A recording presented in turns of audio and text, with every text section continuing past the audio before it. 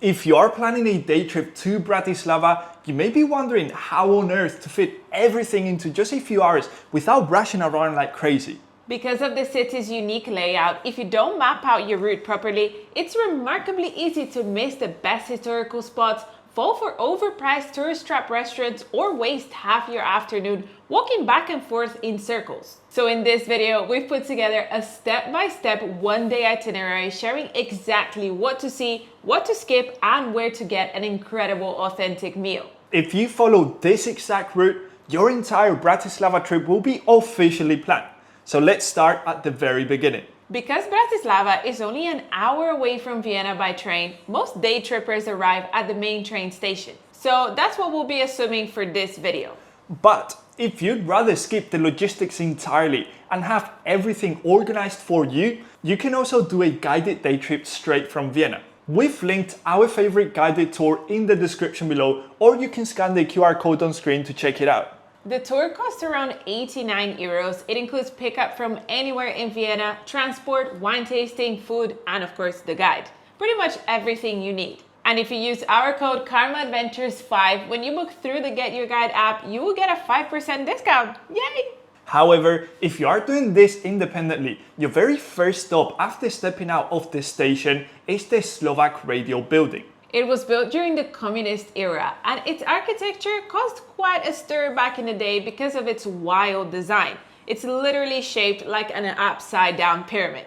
Today, it's considered an iconic piece of modern history. Realistically, this is a quick 5-minute photo stop to admire the exterior, as the inside isn't open to the public this early in the morning. From the radio building, walk down toward the S&P Square. It's where newly crowned monarchs used to take their royal oaths during coronation processions. But more importantly right now, it's time for breakfast. Hidden in a corner of the square is Bratislava Bakery. Head inside and grab a coffee alongside a fresh traditional Bratislava roll. This is a sweet crescent-shaped pastry stuffed with rich poppy seed or walnut filling. It's basically the perfect way to start your day of exploration. Once you've eaten, walk 5 minutes to the entrance of the old town, Michael's Gate. This is the last remaining medieval gate from Bratislava's original fortifications. And here, there is a hidden detail most people miss. As you approach the archway, look at the corner house immediately on your right. This is one of the narrowest houses in all of Europe. The entire front facade measures just 130 centimeters wide. It's literally narrower than an average person standing with their arms stretched out.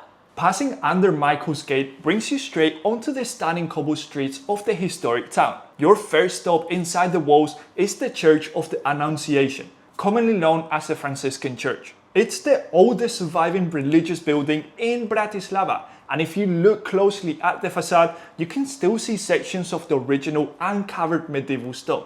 Just a few steps further is the main square. Depending on when you visit, you might walk right into an artisan market, a summer festival, or the famous winter Christmas markets. But in this area, you need to keep an eye out for Bratislava's famous bronze statues scattered around the area. Kummel, aka man at work popping out of a manhole cover, Napoleon soldier leaning over a bench, and Shon Nasi, spelled with a C by the way.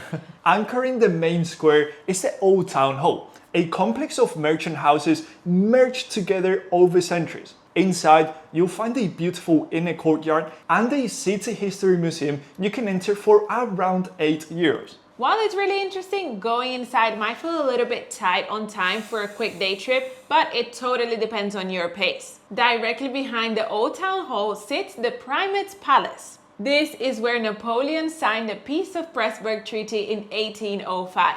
While entering the internal Hall of Mirrors requires a paid ticket, exploring the inner courtyard is 100% free, and the pastel pink architecture makes for incredible photos. Next, take a quick 10-minute stroll just outside the historic town to see one of Slovakia's most surreal landmarks, St. Elizabeth's Church, universally known as the Blue Church. With its pastel blue facade, blue roof tiles, and Art Nouveau curves, it generally looks like something straight out of a fairy tale or like it's made out of gingerbread frosting. Keep in mind though, because it's an active parish church rather than a museum, the interior doors are locked midday outside of service times. However, you can always look through the inner gate to admire the interior before walking back toward the center. We recommend taking the scenic 80-minute walk back through the Slovak National Theatre Boulevard, which is packed with outdoor cafes, ice cream shops, and a great energy.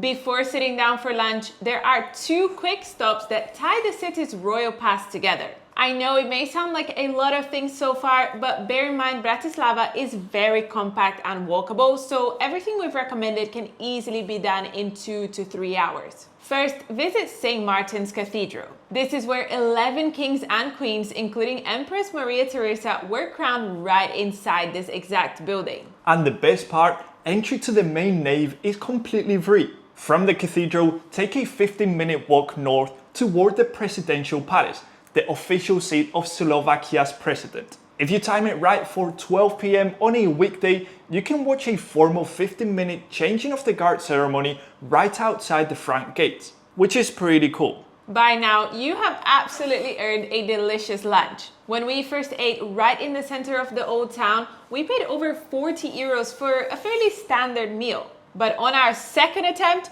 we found a local gem called Super Bistro, just a short walk away. Here, you get authentic, home-cooked Slovak comfort food at genuinely local prices. We literally paid roughly half of what we spent in the tourist center, and the food was 10 times more satisfying and filling. We've actually included over 70 hand-picked locations, including landmarks, authentic food spots, panoramic viewpoints, and so much more in our free Google Maps list. You can get access to this map when you grab our Bratislava cheat sheet, which is packed with our best travel advice and local hacks, so you can plan your trip in minutes. Simply scan the QR code on screen or click the link in the description. After lunch, take a short walk up the hill to Bratislava Castle. This castle was transformed into a Baroque residence under Empress Maria Theresa. And the best part, you do not need a ticket to walk around the castle grounds. Entering the inner courtyard, strolling through the gardens, and standing on the panoramic terraces is 100% free. You only need to pay if you decide to enter the museum inside the castle, which showcases the story of Slovakia. Once you've taken in the views from the castle, walk down the hill and cross the Danube River by S&P Bridge. At the end of the bridge sits the futuristic UFO tower, hovering 95 meters above the river. This is a very unique building shaped like a spaceship with a bar, a fine dining restaurant, and easily some of the best panoramic views in the entire city. A ticket to the observation deck normally costs around 12 euros per person. But here is the ultimate hack. If you book a table at the UFO restaurant and order at least 1 main course per person, your observation deck entry fee is completely waived. Right above the restaurant level is the open-air observation deck with 360-degree views across the entire city, where you can even spot every single landmark you've visited throughout the day. To wrap up a perfect day in Bratislava, cross back over the river and take a relaxing evening walk along the Eurovia waterfront. This modern promenade is where locals gather to relax by the Danube. It's packed with riverfront bars, restaurants, and grassy parks. Plus, when you are ready to head home, public buses run straight from the Eurovia waterfront back to the main train station in just 10 minutes, making it the hassle-free final stop on your itinerary. If you want to keep planning your Bratislava trip, click one of the videos on screen. Otherwise, like this video, subscribe, and drop a comment if you have any questions.